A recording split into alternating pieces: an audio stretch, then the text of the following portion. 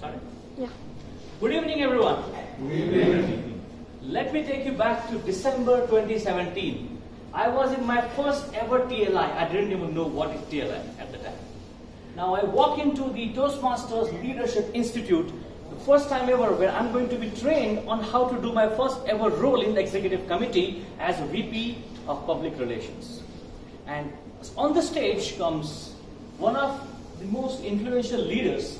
He runs or he leads a multi-million-dollar unit in Infosys.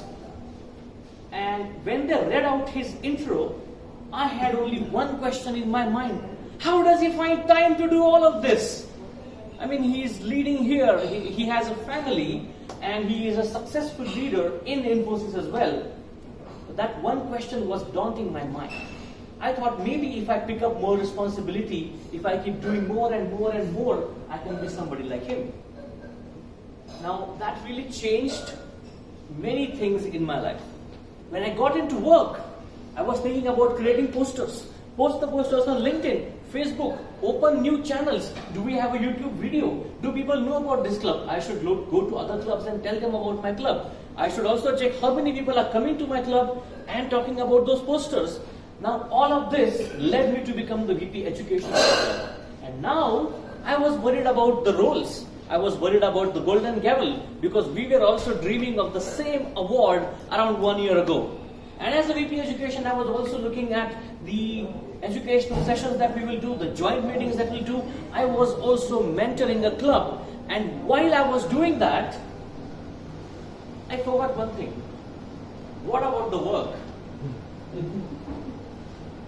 Now that's when things started to go from domination mode to survival mode, where I can just go through this one day, I can just go through this one meeting, if I can just crack this one deal, if I can just go through my one-on-one with the manager, I will survive this month, I will survive these 6 months, and I will survive for a year as well.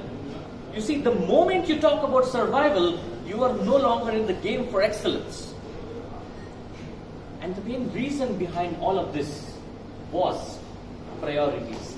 It is purely a coincidence and an irony that when the MOC introduced me, he spoke about that I spoke about priorities a couple of years ago when I came to the club. And that appears to be the topic for my speech as well.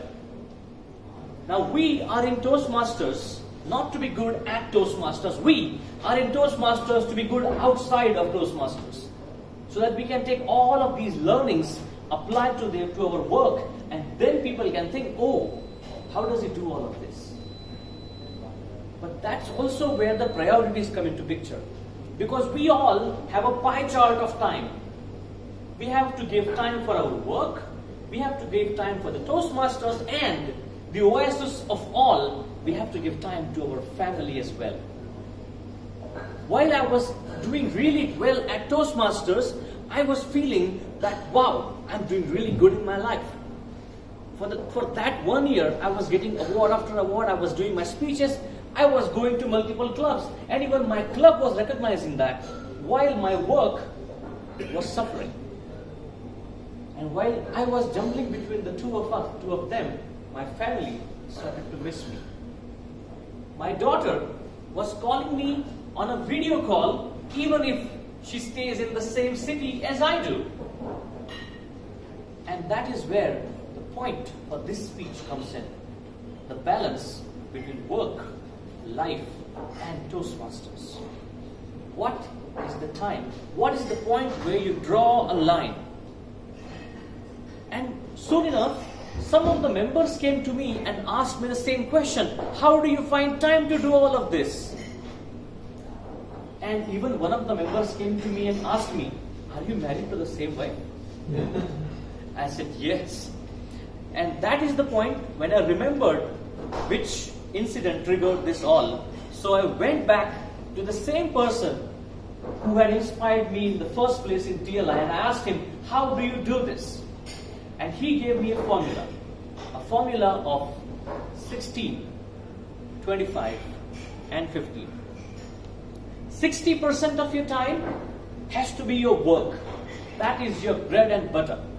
No matter what happens, no matter what changes, what deadline you're chasing, 60% of your time has to be focused towards your work, or as prescribed in Bhagavad Gita, your karma yoga. 25% of your time, now that's where the things flip. It could be your family, it could be your Toastmasters, or any other passion that you are following. It need not be Toastmasters. That is the allocation of time which you can work with. And then the remaining 15% is where you get to choose what you want to do. And if you do this right, you can strike a balance and get everything in line. Now, when I started to implement this, I wanted to do it as an experiment. So what I did is, the moment I walked into office, I put myself into airplane mode. Focus on my work for the first 3 hours. I deserve that break of 30 minutes. That's when I focused on Toastmasters. And when I'm done with that, as I'm having lunch, I had a video call with my wife and my daughter. And once I'm done with all of that, I pinged my manager how he was doing. Once I was doing all of that, on my way home, I pinged all of my mentees how they were doing.